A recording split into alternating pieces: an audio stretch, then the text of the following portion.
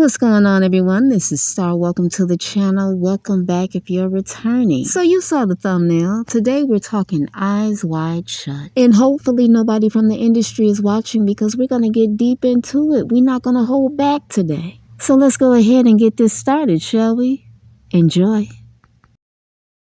At that time, Puff was the biggest guy in the world. You know, you couldn't even get in his parties. So the way I would get in his parties, I show up with a camera. Like, So, yo, Puff, yo, you gotta let me film this. The whole thing, we need to document this, Playboy. Puff is there, and it's all about him. And I'll never forget, he got mad at me a little bit. So Jamie Foxx suffered a very serious medical emergency that landed him in the hospital. There have been rumors that Diddy may have been involved in Jamie Foxx's hospitalization, and this is not the first time he has been accused of harming people in the industry. In the past, a former personal chef of Diddy filed a lawsuit against him, claiming that she was forced to work during his sex party. I saw a little blurb update today on Epstein. It was showing a photo of him at Disney. He's sitting down at the table, piglets behind him. It's him and another guy sitting down, and this guy is holding this girl, like by her arms like this. That same girl is in another photo with Epstein. They're on the plane. She's like she's sleeping. She's laying down, and he's holding her like this. Then, come to find out, Disney sent kids to his island for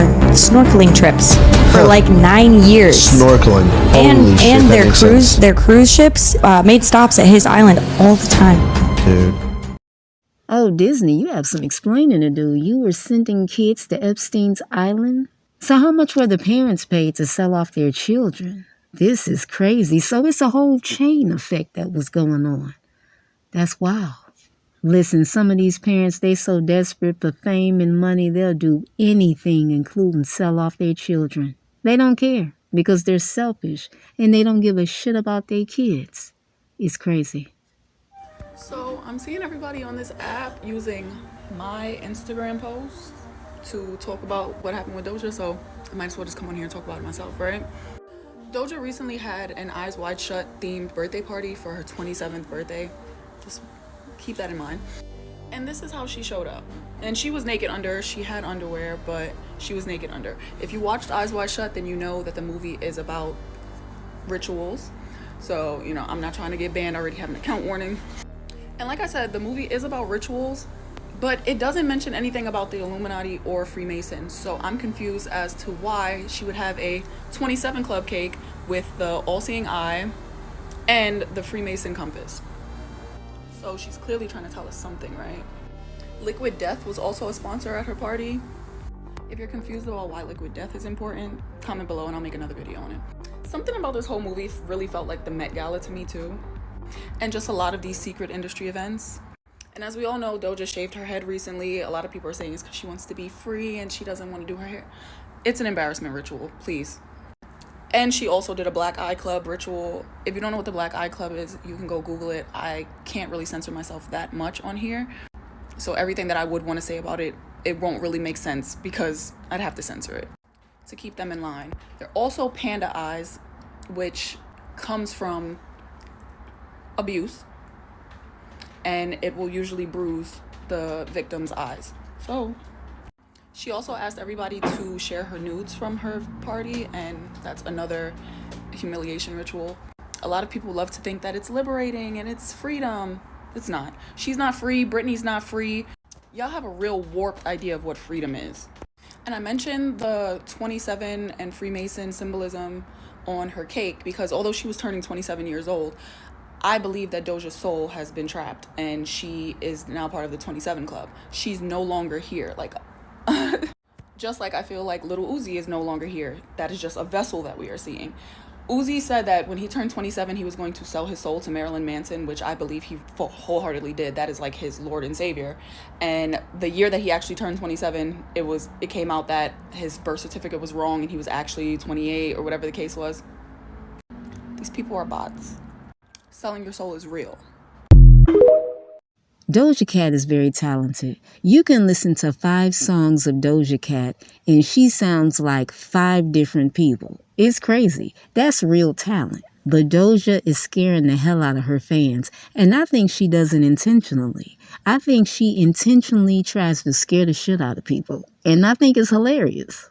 Now, do I think Doja Cat been through some things in the industry? Of course. I think everybody in the industry has their own story. Amber Heard was the female version of Jeffrey Epstein in Hollywood. She was running like these sex parties where she would invite billionaires, Hollywood elite, young girls, and they would all get messed up on MDMA. And it was like eyes wide shut. People were wearing masks. Everyone's getting blown.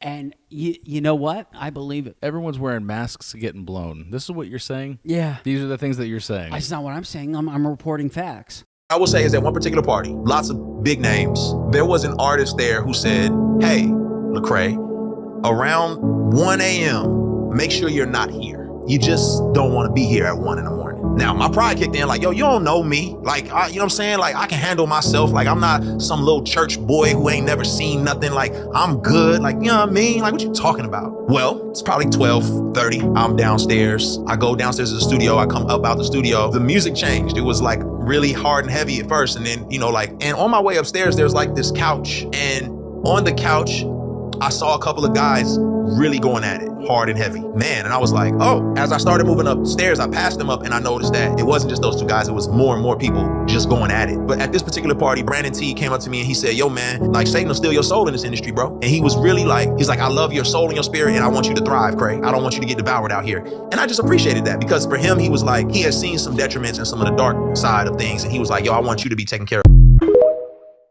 When I was exposed to satanic rituals in Hollywood, it completely destroyed my atheism. One day I was invited to a warehouse in downtown Los Angeles that operated as a music recording studio. The producer made me a beat and at first it seemed like an innocent networking opportunity. After the beat was made, he extended an invitation to join one of his after-hour events. As I asked for more details, he proceeds to show me a demo reel of a video that he made of the event. All of a sudden, I'm now looking at a satanic ritual that involved women being locked in cages with a black bunny mask on while simultaneously making an incision in their wrist as a blood sacrifice to the devil. Soon I realized that the warehouse that I was in to make music was a location for satanic swinger parties where ritualistic sacrifices happened regularly. When I started to dig deeper into Hollywood's affiliation with Satanism, I started to realize that the devil was not some fictional character that represented evil, but an actual living creature that has most of humanity enslaved. This further challenged my atheistic worldview and ultimately led me to do deep research about Jesus Christ. The evidence of Jesus' existence and resurrection soon became undeniable, and I made a personal decision to denounce my atheism and say my first prayer to Jesus, and as soon as I had repented of my sins, I felt the tangible presence of the Holy Spirit that completely wrecked me and changed my life forever.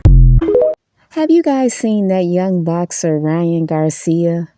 And he said the elite showed him video of kids being violated, and he started talking about the Bohemian Grove, and now people are saying that he's hooked on drugs. Is he hooked on drugs, or did he just see some crazy shit that he can't unsee? Maybe the powers that be thought he was ready for the next level, and they found out he's not even close to being ready. I told this story before, but I'll tell it again. It's a guy I know that's in the music industry. He's not a performer, but he works behind the scenes, and he had just signed a contract, and he was looking super scared.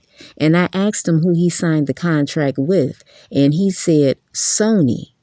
And I told him, I said, uh-oh, if Michael Jackson had a hard time getting out of his contract, you ain't got a chance. Now, he didn't like that I said what I said, but did I keep it real? Now, that happened a couple of years ago, and he's still fighting to get out of that contract. And next up, we got Adrian Broner, the boxer. He made some statements about a female boxer, and it's not good. Adrian Broner talking shit.